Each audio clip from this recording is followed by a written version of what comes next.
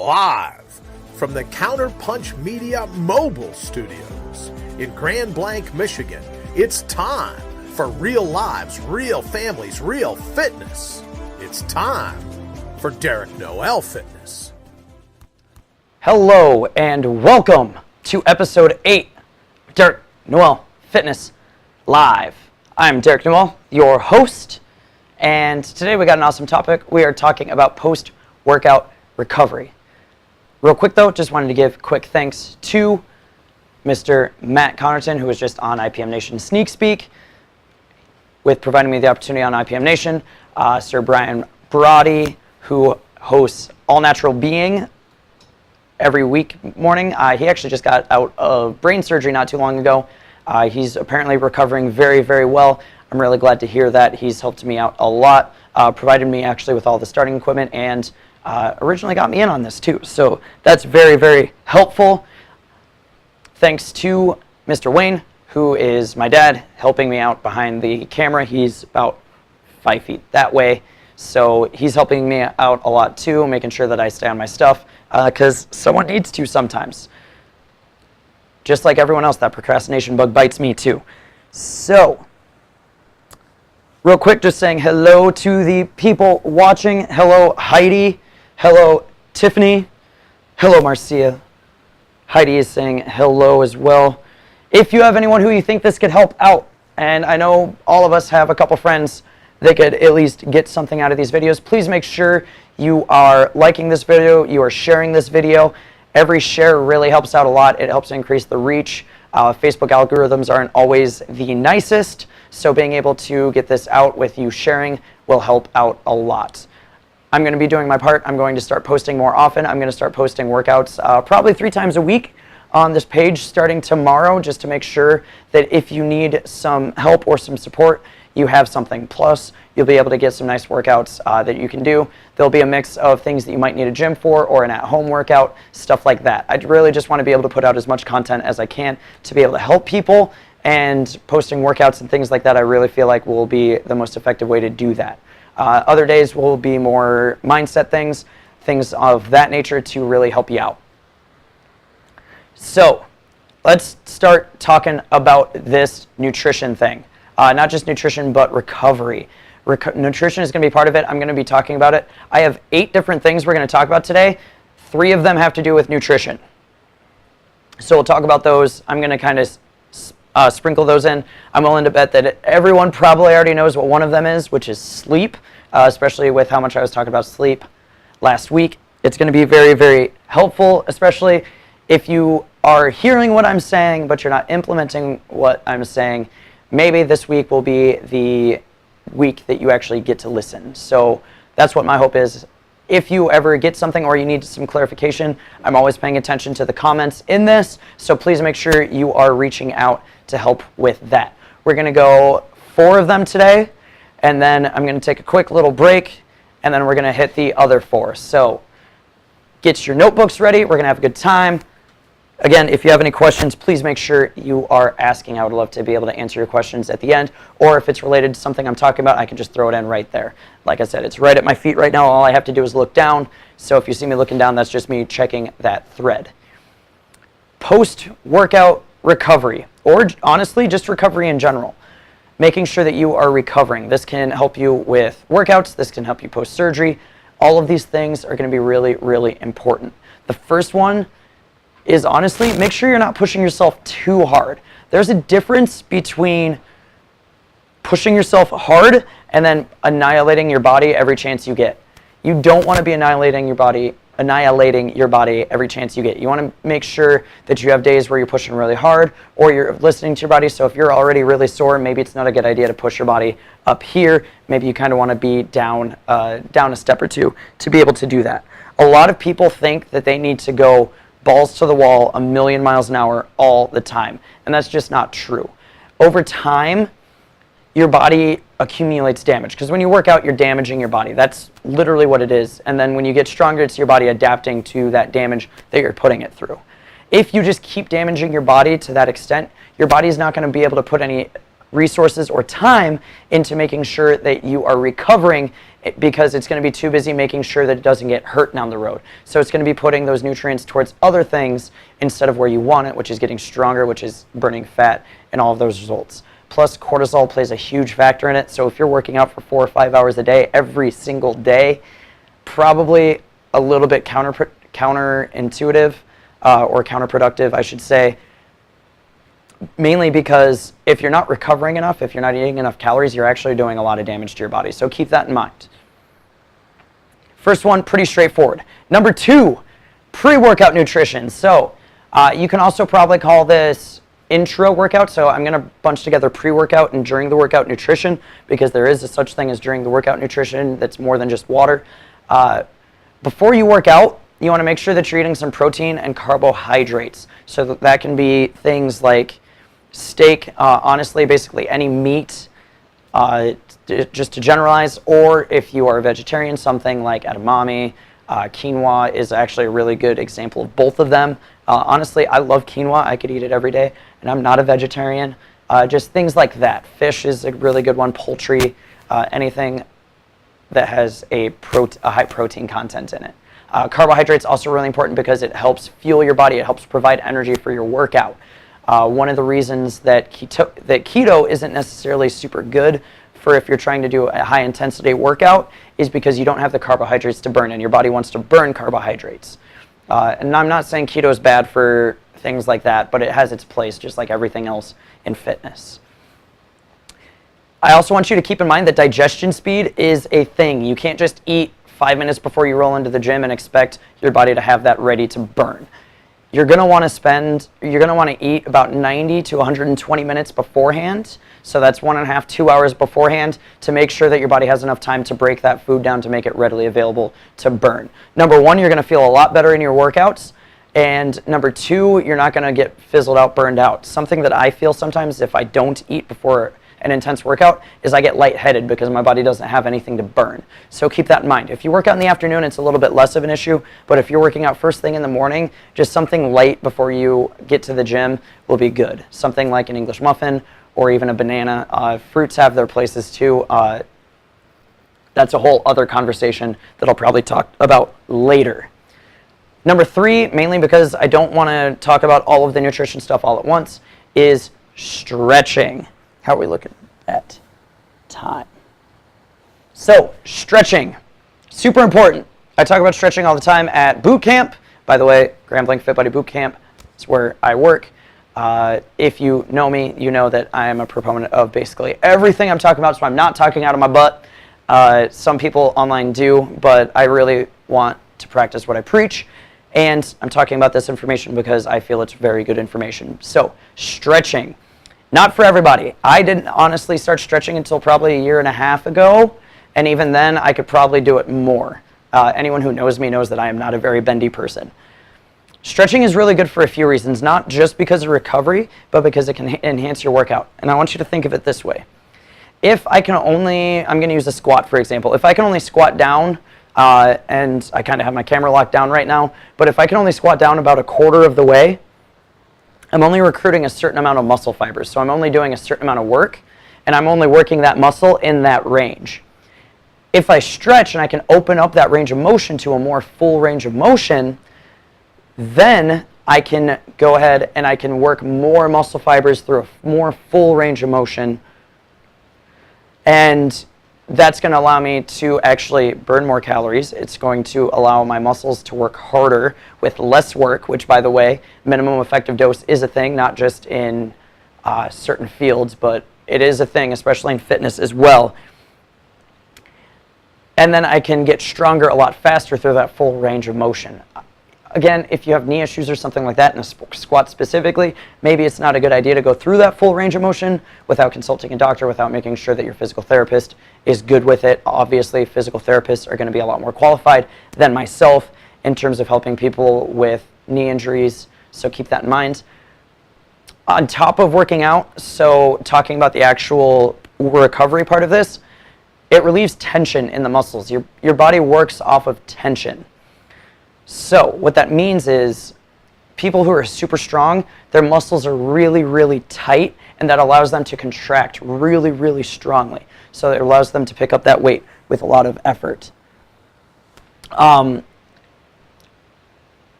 Keeping that in mind, there's also a time and a place. So a lot of people talk about stretching before a workout. I'm a more big fan of something called dynamic stretching. So the stretching where you're moving around, you're swinging your arms, you're getting some arm circles, you're moving your legs around. You might be doing some walking lunges, something like that. Something that's more dynamic, so moving, rather than a static stretch. There are a lot of studies that actually show if you hold a static stretch or foam roll. I'm going to leave that one in there too because I'm going to talk. I'm including foam rolling in this whole stretching thing. So if you hold a static stretch or you foam roll for more than 45 seconds per muscle group, and can sustain. So if I'm holding a sustained stretch for more than 45 seconds, there's a direct correlation to a decrease in strength. So that means if you hold a stretch for a really long time, so if you hold a 2 or 3 minute stretch, stretching out your quadriceps, for example. I'm talking about squats a lot today. I got squats on my brain. That's what I'm doing tomorrow morning.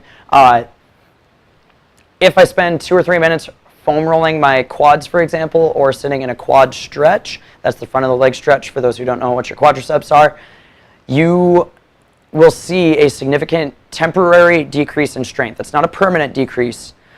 It is a temporary decrease in strength that can last up to an hour or two, and then your strength will return as the muscle kind of tightens back up, which is why you want to save those stretches, those long stretches, for after your workout, because it's going to help to stretch everything out, to help relieve that tension, to help reduce muscle soreness later. On top of that, it's a really good way to down regulate, which means basically how your body works is fight or flight. So you have something called the sympathetic nervous system or the parasympathetic nervous system. Parasympathetic is where you're recovering. Sympathetic is where we're working. After your workout, you want to try and get into that parasympathetic mode as quickly as possible, and stretching is a great way to do it. Also, it's a really good way to help you fall asleep a little bit quicker. Just because you're down regulating, you're allowing your body to relax, it's going into that relax mode, that recover mode. And sleeping is the number one way for your body to recover, but more about that in the second half of the show. So yeah, stretching is really good. Remember, dynamic before a workout, that's going to help you not get injured, by the way. You should definitely warm up before every single workout. If you jump in cold, you're actually 25% more likely to get injured, and I feel like none of us actually want to get injured in our workouts, so make sure you're warming up. That's just as an aside. And then post-workout is where you want to put in the static stretching, the foam rolling, and I'm not saying don't foam roll beforehand. If you have a problem spot before your workout, a little bit of foam rolling, like 20 to 30 seconds on a problem spot, will be great, and you won't see any significant decrease in strength. It might just take your muscles a little bit longer to get firing effectively. So that's already 3 that we've talked about today. We're talking about pushing the boundaries, but not too hard, because you want to make sure your body is challenged, but you want to make sure you're not murdering your body. Pre-workout nutrition and stretching. Number 4, we're going back to nutrition, is post-workout protein. Or post-workout in general. Your post-workout meal, is going to do a lot to help you recover. Your muscle breaks down when you're working out. So if you're doing a lot of curls and you're at that point where you have a 5-pound dumbbell and you are barely able to pick that up, you have done a lot of muscle breakdown to your body. You've done a lot of damage to it. In order to get your muscles to build back up, we need amino acids or proteins. So you can eat protein or take a protein shake or something like that. That's why a lot of people do a post-workout shake, by the way, is so they can get protein. The numbers vary depending on if you're male or female, and even then depends on if you're a big person or if you're a little bit on the smaller side, so if you're really short or if you're super tall, or weight in general, depending on your weight, it really determines how much. For females, you probably want to start at about 20 grams of protein post-workout on the low end, and that can go all the way up to large males, about 50. Anything more than that, and it just takes your body a really long time to start digesting that, and you need to also make sure that you're getting carbohydrates in post-workout too, to help replenish those glycogen stores, and all of these things are going to help prevent that muscle breakdown, or muscle catabolism or catabolism, however you want to pronounce it. So making sure you're eating that protein, or consuming that protein, I should say, post-workout is going to help you out a lot too, because you're preventing your muscles from breaking down even more. And again, it's getting your body into that parasympathetic mode versus the sympathetic mode. Also, the nice part of that is it helps your muscles grow, because your muscles are made of protein, and if you're providing your body with protein, you're going to get moving. I know I talked about doing the station break about halfway through my list. I'm actually going to knock out number 5 right now, because it's also related to nutrition and all of those things. Number 5 is actually potassium, which I wanted to keep separated from post-workout and pre-workout, because it is a separate it is a separate monster. Potassium is actually really important, along with other electrolytes. So people who say you shouldn't be having any salt, that's actually really bad advice. You want to make sure that you're getting salts. You want to be making sure you're getting potassium, things like that, to really help your body. When you sweat a lot of that stuff out, and the more you work out, the more you need to replenish. Potassium is kind of interesting, and in case you didn't know what potassium actually does for you, it's actually pretty cool. It's more than just relieving cramps and stuff like that. It actually helps regulate the electrical impulses that your brain sends through your nervous system to get your muscles to contract. So basically what I'm saying is it really helps regulate your muscles' contractions, or that squeeze. If you're lower in potassium, you won't be able to get as good of a squeeze or a flex. Your muscles aren't going to be as effective. You're going to feel weaker. Your body, honestly, will use nutrients differently if you are lacking in potassium. So there are a ton of reasons to make sure you are not. If you are lacking into potassium and you want to get a little bit more, bananas, I feel like, are the one thing that people really preach when it comes to potassium. And here's another one, and I know I'm going to make one of my clients very specifically really happy right here, potatoes. So eating something like mashed potatoes, and I'm not saying loaded with butter and milk or heavy cream or half and half, whatever you're using to make it, but mashed potatoes, number 1, are delicious, and number 2, potatoes are a very good source of potassium as well. If you are working out and they tell you to eat a banana because you're cramping a little bit, it's a little too late for that, because again, absorption and digestion times play a factor, but making sure you can get in on that. And you know what? I'm just going to keep rolling through this list right now. Yeah. Marcy is saying a yum-y, or yay. I'm sure she's saying both. So, real quick, we are going to take a station break. I will be back in just a few seconds.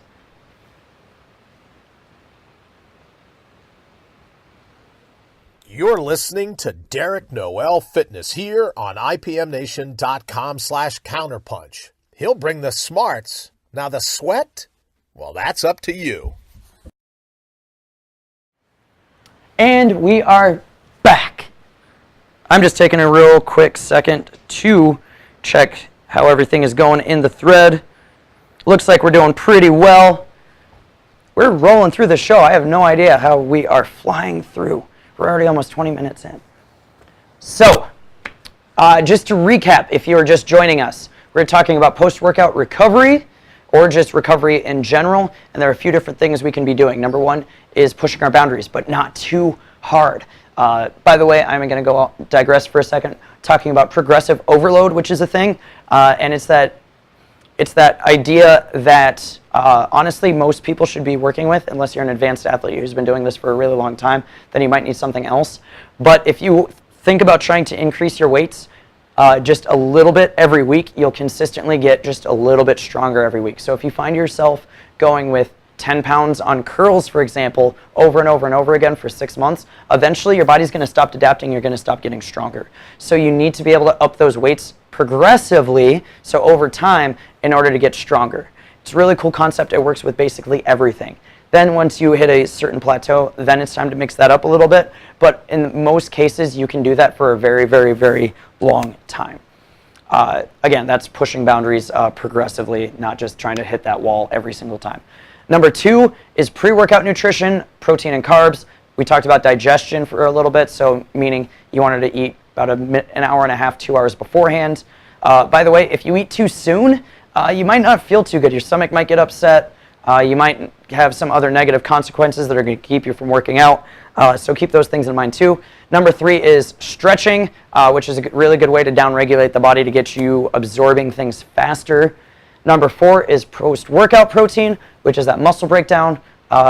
Anywhere between 20 grams for small women to 50 grams for very large men. Somewhere in that range is going to be really good, which helps promote muscle growth and prevents muscle breakdown, which is what we want. And then last, we were just talking about potassium, which is a really cool mineral that really will help you out with everything else. Number 6, I touch on this basically every week, but that's because it is that important. And number 6 is sleep. 7-hour mark, probably 7.5 hours. Your sleep cycle is typically about 1.5 hours per, and if you get 4 to 5 sleep cycles in, you're really rocking it out, recovering a lot. Try and adjust your schedule to make it fit. What is active recovery? Active recovery is that rest day. It's what a rest day should be. So, what should a rest day be? Should it be sleeping on the couch, watching TV all day, playing video games all day? What should a rest day be? It should be, you should be active every day. I have the general rule of thumb of just for activity's sake, just for being an active person, trying to get 10,000 steps a day. If you have a Fitbit, which I'm actually not wearing mine right now, but if you have a Fitbit, it's a good way to track it as long as you're not waving your hand like this.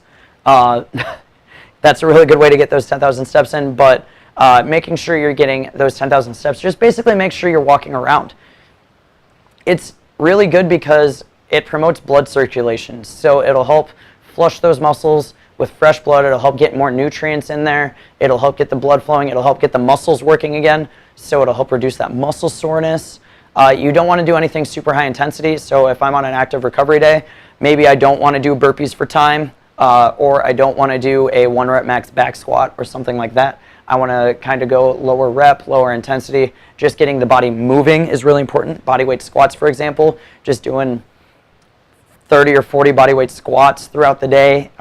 Anything like that is going to help you with that active recovery. It just gets that blood flow going. Don't use that rest day as an excuse to sit on the couch all day or just lay around and be lazy. Laziness is only going to get you so far, and people don't get fit by being lazy. They got to put some work in. Most people do, at least. I should say most people have to put work in to be fit. There are those lucky genetic freaks who can eat donuts and never gain any weight and have a six-pack and be super strong, things like that. That's not the majority of people, so if you thought that, I'm sorry for bursting your bubble. I really wish I could eat those things all the time, but I cannot. Let's talk about number 8. Number 8 is honestly going to be the hardest thing of this entire list for a lot of people. Number 8 is reduce your overall stress. And what do I mean by stress? Let's define different kinds of stress. You have acute stress, things that are quick and they're over with. Working out is a really good example of acute stress, and typically that kind of stress is good for you. We want to reduce that chronic stress, that long-term stress. So if you absolutely hate your job, if you have work on the mind all the time, even when you're not at work, when you are dealing with all of these other issues that are coming up, family life sometimes can't be the best, all of these things, trying to find a way to reduce that stress. For some people, meditation works really well for them. For other people, working out is their way to reduce their stress in those situations. That is me, by the way. Making sure you can do whatever you can to get your brain to shut off for a little bit is going to help you out. Schedule it. So if you're a super busy person, if you're a busy mom, you're working 3 jobs, schedule that downtime to be able to just take some you time, relax, go get a massage, something like that, anything to help you down. If it's TV, if you have a certain TV show you watch on Sunday nights after you check out Derek Noel Fitness, wink, wink, that can be downtime for you because you can kind of shut your brain off and then you're just like, oh my God. If it's scheduling time to hang out with your friends, I honestly have to schedule time to hang out with friends all the time. I can't really just go do things on a whim. Things like this, video games, get your mind to shut off. Let your brain rest. And I cannot underline that enough. I can only talk so much about it. I can only give a couple amounts of ideas. A lot of times this one, and I hate this one because I can't directly help you with this. You have to find ways yourself to be able to reduce that stress, but it really plays a factor in how the rest of your day goes. It plays a factor in how your workout goes. It plays a factor in how you're recovering, because if you're super stressed, your body honestly sometimes can't tell the difference between workout stress or mental stress because it's just bogging the system down. So make sure you're doing what you can to be able to do that. Let's run through this list real quick. We're going to push our boundaries, but not crazy amounts every single time. Maybe once a month, let's see exactly what our body can do. Let's hit that wall. Number 2, pre-workout nutrition. Protein and carbs. Digestion speed was a topic. Eating too soon, you might not feel too good. Stretch. Stretching is really good for range of motion. It relieves tension, and it's a good way to downregulate that body to make sure you get into recovery mode. Number 4 is post-workout protein. Your body breaks muscles down when you're working out. You want to be able to replenish that with anywhere between 20 and 50 grams of protein. It helps muscles grow, and it helps stop muscle breakdown. Number 5 is making sure you are getting enough potassium in.